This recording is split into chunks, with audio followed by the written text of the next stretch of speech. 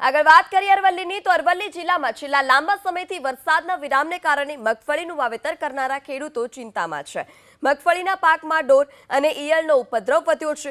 પહેલા વાવણી લાયક વરસાદ થતાં ખેડૂતોએ મગફળીના પાકનું વાવેતર કર્યું, પરંતુ છેલ્લા ઘણા દિવસથી સારો વરસાદ ન થતાં મગફળીના પાકમાં ઈયળ અને ઢોર નામનો રોગ આવી ગયો છે। આ રોગથી મગફળીનો પાક મૂળથી જ જતો રહ્યો છે।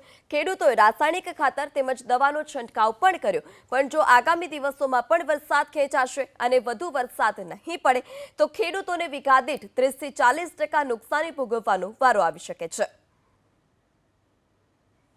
અત્યારે આ વરસાદ અનિયમિત થઈ ગયો છે અને કોઈક દિવસ આવે છે, કોઈક દિવસ નથી આવતો। ગરમી ઠંડીના કારણે જમીનમાં અમારા મગફળીમાં કાળી ફૂગ આવી ગઈ છે।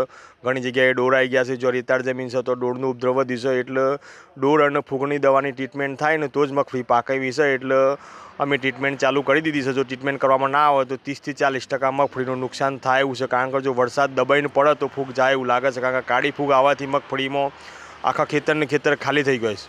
આ વખતે ચોમાસામાં અમે 15 થી 20 વીઘા એક એરિયામાં મગફળીનું વાવેતર કર્યું હતું।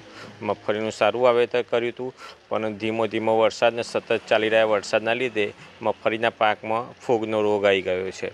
હવે દવાનો છંટકાવ કર્યો છે, પણ વધારે પડતો વરસાદ બી નથી થતો, તેથી ધોવાણ થઈ જાય, મગફળીમાં ફૂગ નાશ પામે। ધીરા વરસાદથી ફૂગનો રોગ વધી ગયો છે અને દવા છાંટીએ છીએ, પણ રિઝલ્ટ એટલું મળતું નથી।